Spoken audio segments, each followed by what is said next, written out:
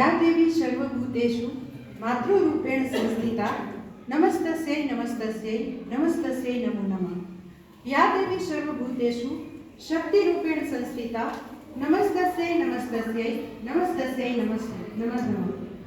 अत्र उपस्थित मंचस्थ आदरणीय श्री सविताबेन वेकरिया, आदरणीय श्री अमृतबेन वेकरिया, संयोजिका श्री शांताबेन खेताणी, मारा साथी वक्ता श्री हंसाबेन त्रिपाठी, आ भवनना प्रधानाचार्य श्री कांताबेन खेताणी तथा मारी समक्ष उपस्थित माता लक्ष्मीबाई, माता जीजाबाई અને માતા દુર્ગાવતી સમ માતા અને બહેનોને મારા સત નમન સહવંદન। આજે આપણે બધાને ખબર છે કે આજનો સમાજ છે એ વિજ્ઞાન અને ટેકનોલોજીનો સમાજ છે। આપણે જોઈએ છીએ તો દિવસ પડતાની સાથે નવી નવી શોધો થતી જાય છે અને શિક્ષણ હોય, ટેકનોલોજી હોય કે પછી આર્થિક ક્ષેત્ર હોય, ઝડપથી વિકાસ થતો જાય છે।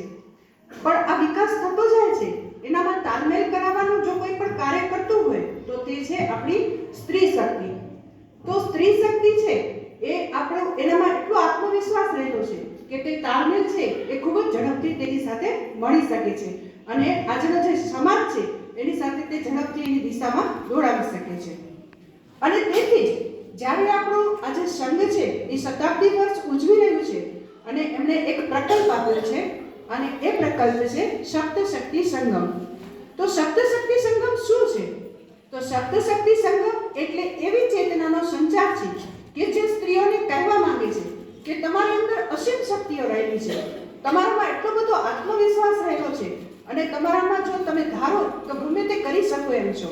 તો એના માટે તમારે આ સમાજને જાગૃત કરવાની જરૂર છે અને જો મહિલાઓ જાગૃત થશે તો સમાજ જાગૃત થશે અને જો સમાજ જાગૃત થશે તો એક નવા યુગનો પ્રારંભ થશે।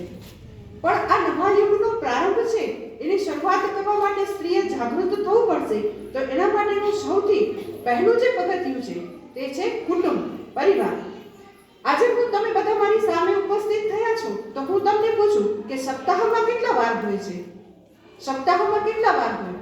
આપણે એમ કરીએ છીએ બરાબર છે કે રવિવારથી કરી અને શનિવાર સુધીના, તો કેટલો વાર હોય? અને તમને પૂછવામાં આવે કે સૌથી વધારે વાર કયો ગમે તો તમે શું કહેશો? રવિવાર, બરાબર છે। પણ હું ના કહું છું કે ના તમને રવિવાર નથી ગમતો, તમને પરિવાર ગમે છે, બરાબર છે। કારણ કે પરિવાર છે એનાથી બધા 7 વાર છે એ એક જ પરિવારમાં સમાયેલા છે। આખો યુગ છે એમ કહી શકાય, આખા વર્ષો છે અને આપણે તો સ્ત્રીઓ છીએ તો આપણામાં એ જ છે કે આપણે હંમેશા પરિવારને આભારી હોઈએ છીએ અને કાંઈ પણ કરીએ છીએ એ પરિવાર માટે કરીએ છીએ। કારણ કે આપણા ભારતની જે કુટુંબ વ્યવસ્થા છે એનામાં એક જ વસ્તુ છે વસુધૈવ કુટુંબકમ। ફક્ત આપણે આપણા જે લોહીના સંબંધોથી કુટુંબની આપણે વ્યાખ્યા આપીએ તો કુટુંબની વ્યાખ્યા શું થઈ શકે?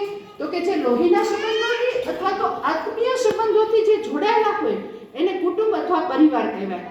પણ હું ના કહું છું કારણ કે આપણે તો ભારતીય કુટુંબ વ્યવસ્થામાં માનીએ છીએ અને ભારતીય કુટુંબ વ્યવસ્થા વસુધૈવ કુટુંબકમમાં માને છે અને વસુધૈવ કુટુંબકમમાં ફક્ત લોહીના સંબંધો, આત્મીય સંબંધો નહીં પરંતુ આપણે તો આસપાસ રહેતા લોકો હોય એની સાથે, પશુ પક્ષી સાથે અને પ્રકૃતિ સાથે પણ એટલા જ વળેલા છીએ। એટલે જ આપણે એમ કહીએ છીએ બરાબર છે, જ્યારે પ્રકૃતિમાં હશે તો આપણે ચાંદના બાંબા કહીએ છીએ, બરાબર છે, ધરતી માતા કહીએ છીએ અને જ્યારે કોઈ પણ વસ્તુ હશે, કોઈ પણ પ્રાણી હશે તો એમાં પણ શું કહેશું? તો કે બિલાડી માસી હશે, બરાબર છે, અને ઉંદર મામા હશે। એટલે આપણે વસુધૈવ કુટુંબકમમાં માનનારા લોકો છીએ તો આપણે પ્રકૃતિ અને આપણે એની સાથે સાથે પશુઓ છે એને પણ આપણો પરિવાર માનીએ છીએ। આજનો જે મોડર્ન સમાજ છે એની વ્યાખ્યા થોડીક અલગ છે। આજના સમાજમાં કેવી વ્યાખ્યા છે? આપણે કોઈ પણ ભાઈ છે, બેન છે, બરાબર છે, આપણે એક જ છત નીચે નથી રહેતા કારણ કે આપણી જરૂરિયાતો, આર્થિક સંજોગોને કાં તો આપણે એક છત નીચે નથી રહેતા અથવા તો એક સોસાયટીમાં રહીએ છીએ અથવા એક ગામમાં રહીએ છીએ અને ક્યારેક તો એવું પણ થાય છે કે દૂર ગામમાં રહેતા હોઈએ છીએ। પણ જ્યારે કોઈ પણ વસ્તુ આપણા સમાજની એટલે કે આપણા પરિવારની આવે છે ત્યારે આપણે બધા શું થઈ જઈએ છીએ? એક જ થઈ જઈએ છીએ। જ્યારે આપણા કુટુંબમાં કોઈ પણ રીત રિવાજની વાત આવે છે, રૂઢિની વાત આવે છે ત્યારે આપણે શું કરીએ છીએ? કોઈ પણ પૂજા પાઠ હશે, બરાબર છે. તો આપણા ભાઈના ઘરે કે આપણી બહેનના ઘરે એ જ થતું હશે જે આપણા ઘરે થતું હશે. બરાબર છે. એટલે પરિવાર છે એ આજના પરિવારની વ્યાખ્યા એ પ્રમાણે થાય છે. અને ક્યારેક તો એવું થાય કે આપણે કોઈ પણ આપણા આર્થિક સમસ્યાને કારણે અથવા તો આર્થિક પરિસ્થિતિને કારણે આપણે બીજા કોઈ ગામમાં રહેવા ગયા હોઈએ છીએ, ત્યારે આપણા પરિવારમાં જો કાંઈ પણ પ્રસંગ હોય અને એમાં ઉપસ્થિત નથી રહી શકતા, પણ ક્યારેક એવું બને છે કે આપણા વતી ત્યાં કોઈ હોય છે, તો પરિવારની વ્યાખ્યામાં એ પણ આવે છે કે જ્યારે હું નથી ઉપસ્થિત રહી શકતી તો શું થઈ ગયું, પરંતુ મારા વતી ત્યાં કોઈક એવી વ્યક્તિ છે, બરાબર છે, જે મારું પ્રતિનિધિ છે, તો એ પણ પરિવાર છે. એટલે આજનું મોડર્ન યુગ છે એમાં પરિવારની વ્યાખ્યા આ પ્રમાણે થાય છે. બીજું ખાસ પરિવારનું આપણે જોઈએ તો પરિવારમાં એક મોટામાં મોટો ગુણ રહેલો હોય છે કે જ્યારે કોઈ આર્થિક રીતે કોઈ પણ નબળી વ્યક્તિ હશે, બરાબર છે, તો સબળા દ્વારા તેનું શોષણ નહીં થતું હોય પણ એનું પોષણ થતું હશે. બરાબર છે કે જ્યારે મારો ભાઈ છે કે મારી બહેન છે, તો એને જ્યારે કોઈ પણ વસ્તુની જરૂર હશે તો તેને હાથ દીધા વગર અને એના આત્મસન્માનને ગવાયા વગર ત્યારે તરત જ એ લોકો એને મદદ માટે દોડી જશે. એટલે કે ભારતીય જે સંસ્કૃતિ છે એ છે, પરિવાર વ્યવસ્થા એ છે કે એમાં નબળાનું પોષણ પણ સબળાની સાથે થઈ જાય છે. અને આજે આપણે જોઈએ છીએ કે કોર્પોરેટનો જમાનો છે, એટલે કોર્પોરેટ ક્ષેત્રમાં મેનેજમેન્ટ છે એનામાં HR ડિપાર્ટમેન્ટ છે. તો HR ડિપાર્ટમેન્ટ માટે એવું ગણવામાં આવે છે કે તમે કેવી રીતે, HR ડિપાર્ટમેન્ટનું કામ જ એ હોય છે કે તમે કેવી રીતે સારામાં સારો વેપાર કરી શકો. કારણ કે બિઝનેસમાં તો એવું જ હોય કે કેવી રીતે વેપાર સૌથી વધારે સારી રીતે થઈ શકે, તો એવું એને ભણાવવા માટેની ખાસ વ્યવસ્થા કરવામાં આવે છે. પણ હું તો આ કોર્પોરેટ ક્ષેત્રને, આ મેનેજમેન્ટ ક્ષેત્રને અને HR ડિપાર્ટમેન્ટને હું એક પ્રકારની ચેલેન્જ માનું છું કે જો તમે ભારતીય કુટુંબ વ્યવસ્થામાં 10 વર્ષ માટે રહી જશો તો તમને આ કુટુંબ વ્યવસ્થા શું છે, તમારો વેપાર છે એ વધારે નહીં, પરંતુ એક સાથે કેવી રીતે રહેવું, સંગઠન શક્તિમાં કેવી રીતે રહેવું, આત્મવિશ્વાસમાં કેવી રીતે વધારો કરવો, એ તમને ભારતીય પરિવારમાં જ મળી જશે. અને એ ચેલેન્જ છે તમને કે તમારું ડિપાર્ટમેન્ટ છે, કોઈ પણ કોર્પોરેટ ક્ષેત્ર છે, એ પણ એનામાં ફેલ જશે. અને બીજું ખાસ, જ્યારે આપણે આજે આપણે હોય છે, બરાબર છે, તો એનામાં શું હોય છે ખાસ કરીને, તો જ્યારે કોઈ પણ વસ્તુ હશે, જ્યારે આપણે ક્યારે પણ કોઈ પણ વસ્તુ કરવાની હશે, તો એ વસ્તુમાં આપણે ખાસ કરીને ગુજરાતીઓ, એટલે આખું રાષ્ટ્ર અને એમાં પણ આપણે કરીને ખાસ કરીને ગુજરાતીઓ છે એ એકતા માટે ખાસમાં ખાસ પ્રખ્યાત હોય છે. અને જ્યારે કોઈ પણ વસ્તુની જરૂર પડે છે ત્યારે જો આપણા દેશમાં એમ કહેવામાં આવે છે કે કોઈ પણ ધાર્મિક કાર્ય છે એના માટે ફંડ એકઠું કરવાનું છે, રાષ્ટ્રીય કાર્ય છે, સામાજિક કાર્ય છે, એના માટે ફંડ એકઠું કરવાનું છે, ત્યારે આખા રાષ્ટ્રમાં ગુજરાત જ એક એવું છે કે જે સૌથી વધારે એકતામાં માને છે. અને એમાં પણ આપણે એમ કહી શકાય કે પટેલ સમાજ છે, બરાબર છે, જ્યારે પણ ધર્મના નામે કાંઈ પણ ફંડિંગ એકઠું કરવાનું હશે ત્યારે પટેલ સમાજ છે એ સૌથી પહેલું હશે. અને એ લોકો જેમ કહેશે કે ના, તમને જરૂર છે તો તમે ધાર્મિક કાર્ય માટે, સામાજિક કાર્ય માટે કે રાષ્ટ્રીય કાર્ય માટે અમે બધા એક થઈ અને તમને મદદ કરવા માટે તત્પર છીએ.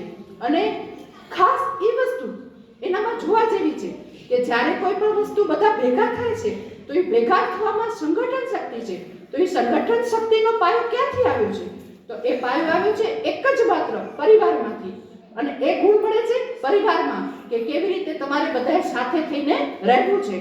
અને જ્યારે ક્યારે પણ વેપાર કરવા માટે જવાની વાત આવે છે, બહાર જવાની વાત આવે છે, ત્યારે કોઈ પણ સમાજના લોકો, આપણા પરિવારના જે ભારતીય સમાજના લોકો છે એ ક્યારે એકલા જતા નથી, એની સાથે એના ભાઈ ભાંડુઓ, એના સગા સંબંધીને લઈને જાય છે. એટલે કે એ લોકો બધા લોકો છે એ એકતામાં માને છે અને સંગઠનની ભાવનાથી જ એનો વિકાસ થાય છે. હવે આપણે જ્યારે જોઈએ છીએ કે આ બધા છે પરિવારમાં એકતાની ભાવના કેવી રીતે થાય, તો આપણા જે સંબંધો છે એ સંબંધો ફક્ત નામથી નથી ઓળખાતા કે મામા છે, માસી છે, કાકા છે, એવી રીતે નથી ઓળખાતા. આપણે તો એમ કહી શકાય કે આપણા પરિવારમાં જે સંબંધો છે એ પણ કેવા છે, નવી વહુ આવી હશે કે નવા જમાઈ આવ્યા હશે, આપણે એને પણ ખૂબ અલગ અલગ નામથી ઓળખીએ છીએ. અને સૌથી વધારે મોટામાં મોટો જે સારામાં સારો સંબંધ છે, એટલે એમ કહી શકાય કે મની આગળ જ્યારે કાનું લાગે છે ત્યારે સાગર પણ નાનો લાગે છે, એટલે કે માં બને છે, બરાબર છે. એટલે માં પછી બા પછી જે પૂજનીય હોય છે એવા બાપુજી, જ્યારે મને કોઈ પણ વસ્તુની લેવી હોય છે, મને મમ્મી પપ્પા ના પાડે છે, મા બાપુજી મને ના પાડે છે, ત્યારે મને જે દાદ આપે છે એવા દાદા દાદી, મને કોઈ પણ વસ્તુની ના નથી કહેતા એવા મારા નાના નાની, મા જેવી જ છે એવી મારી માસી, અને જ્યારે જ્યાં બે મા આવે છે એવા મારા મામા, બરાબર છે, કે જે મારી બધી જ વાત માને છે. એટલે કે આખા પરિવારમાં એમ કહી શકાય કે આપણા એટલા સંબંધો સાથે જોડાયેલા છીએ, બરાબર છે, કે આપણે ક્યારે પણ એકલા પડવાનું આપણને બીક લાગતી નથી. અને એકલા પડવાની બીક નથી લાગતી. અને જ્યારે આ પરિવારની વચ્ચે બાળક ઉછેરે છે, મોટું થાય છે, ત્યારે આજે આપણે જોઈએ છીએ કે સવાર પડતાની સાથે જ કેટલા બધા પ્રશ્નો આવે છે કે કોઈ બાળક છે, 15 વર્ષનું બાળક છે, એણે આત્મહત્યા કરી લીધી. પરંતુ જ્યારે કોઈ પણ આવા બાળક છે એ સમાજની વચ્ચે એટલે કે પરિવારની વચ્ચે રહેતું હશે, તો ક્યારે પણ એ પરિવારની વચ્ચે રહેતો હશે એટલે ક્યારે પણ આત્મહત્યા કરવાનો વિચાર આવશે નહીં. એ ક્યારે પણ આત્મહત્યા કરી શકશે નહીં, કારણ કે એનું સુરક્ષા ચક્ર જેટલું મજબૂત થઈ ગયું હશે. ડબલ શું અને તો ટ્રિપલ, પોતાના માતા પિતા, દાદા દાદી, નાના નાની, એમ ટ્રિપલ એને સુરક્ષા ચક્ર મળ્યું હશે. અને ટ્રિપલ સુરક્ષા ચક્રની વચ્ચે ક્યારે પણ બાળક છે એને આવો નબળો વિચાર આવશે નહીં. હવે આપણે આપણો ઇતિહાસ જોઈએ ભારતનો, તો ભારતના ઇતિહાસમાં કેટલા બધા આક્રાંતાઓ હતા કે જેણે આપણા ઉપર યુદ્ધો કર્યા, નાના મોટા રજવાડાઓ હતા કે જેણે આપણને અલગ કરવા માટે ઘણું બધું કર્યું. અને ખાસ તો આપણે બધાને ખબર છે કે જ્યારે ભારત પાકિસ્તાનનું યુદ્ધ થયું ને, ત્યારે ભારત અને પાકિસ્તાનના જે ભાગલા પડ્યા એનામાંથી કેટલા લોકો હતા જે પાકિસ્તાનની હિજરત કરીને આવ્યા હતા. તો એ જે પાકિસ્તાનથી હિજરત કરીને આવ્યા હતા એ શું એમને આવ્યા હતા? ના, એ લોકો ત્યાં કણે પોતાની બધી જ જમીન, મિલકત, જાયદાદ બધું મૂકીને આવ્યા હતા. તો શું એ એકલા આવ્યા હતા? ના, એ લોકો એકલા પણ નહોતા આવ્યા. તમે જો જૂનું પિક્ચર જોયું હશે તો તમને ખબર હશે, એ લોકો ઢગલા ને ઢગલા આવ્યા હતા. કારણ કે એ લોકોને ખબર હતી કે સંગઠનનો ભાવ જો હશે તો મારો પરિવાર છે એ ફરીથી વિકાસ પામશે, અને જો ફરીથી મારે વિકાસ પામવો હશે તો હું એકલો ક્યાંય પણ નહીં કરી શકું, પરંતુ મારે એનામાં એકતા, દ્રઢ મનોબળ અને મારે વિકાસ કરવા માટે એક આત્મવિશ્વાસની જરૂર પડશે.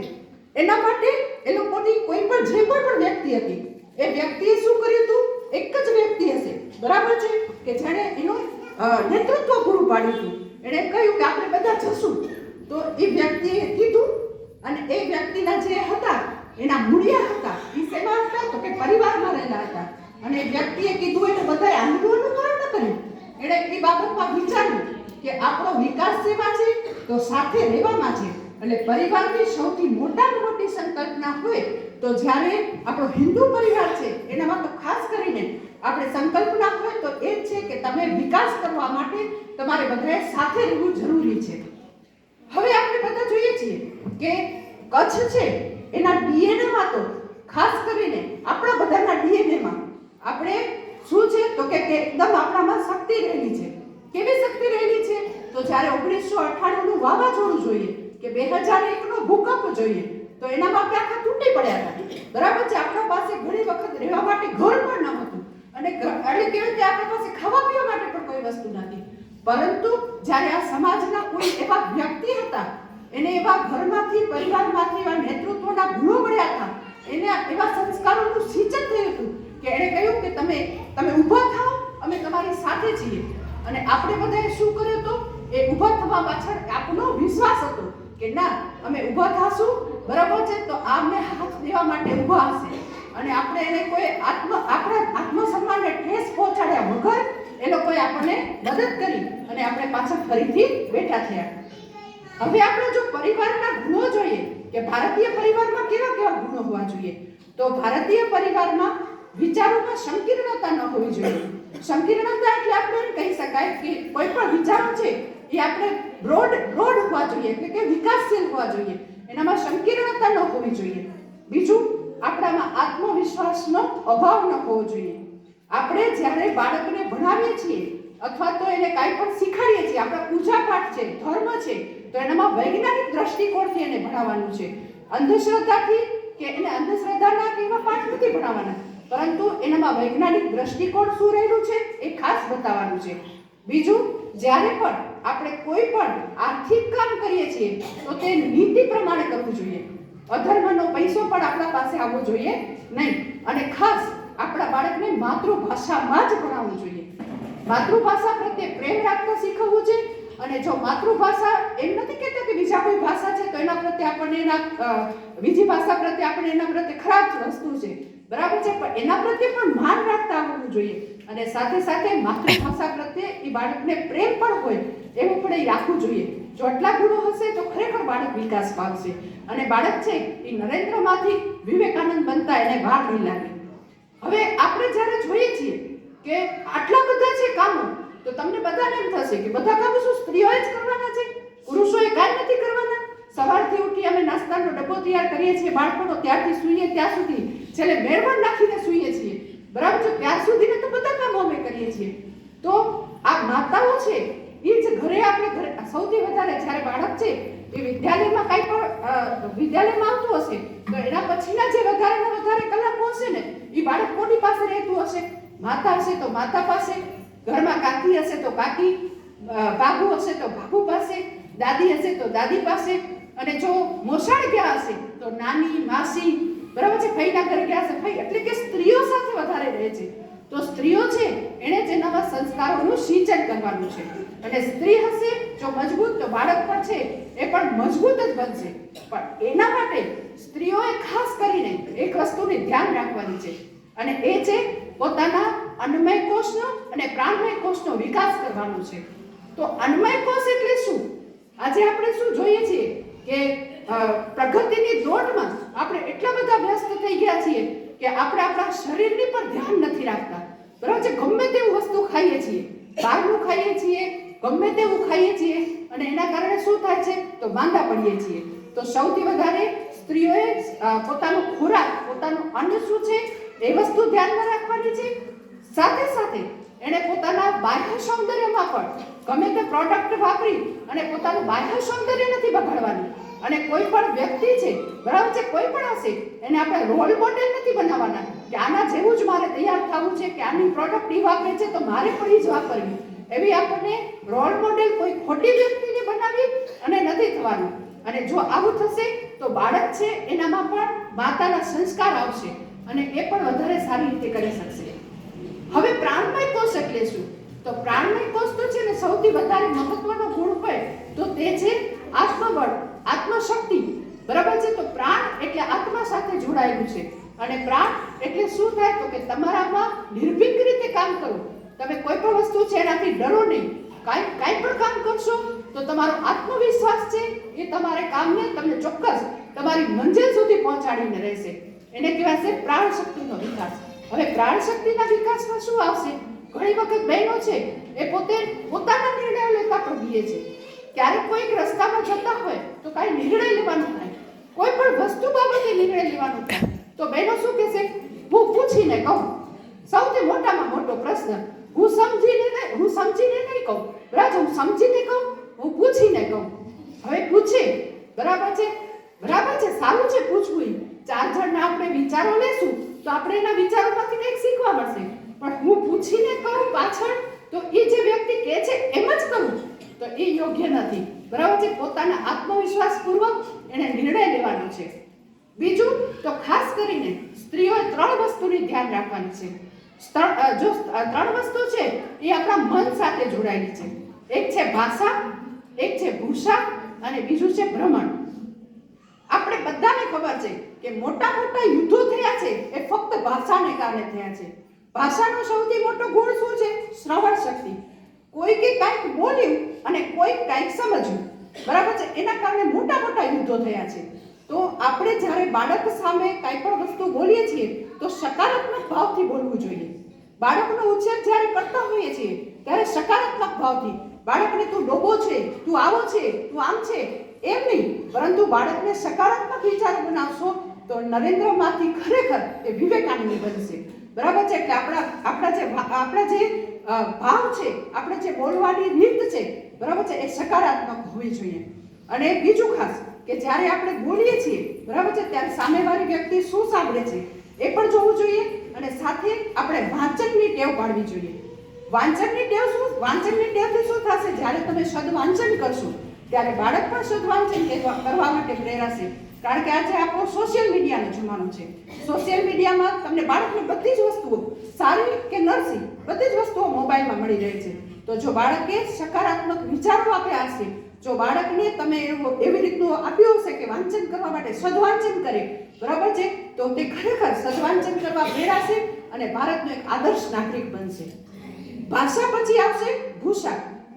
આપણો દેશ છે એનામાં અલગ અલગ પ્રદેશો આવેલા હોય છે અને દરેકે દરેક પ્રદેશની અલગ અલગ ભૂષા છે. ભૂષા એટલે પહેરવેશ છે, બરાબર છે.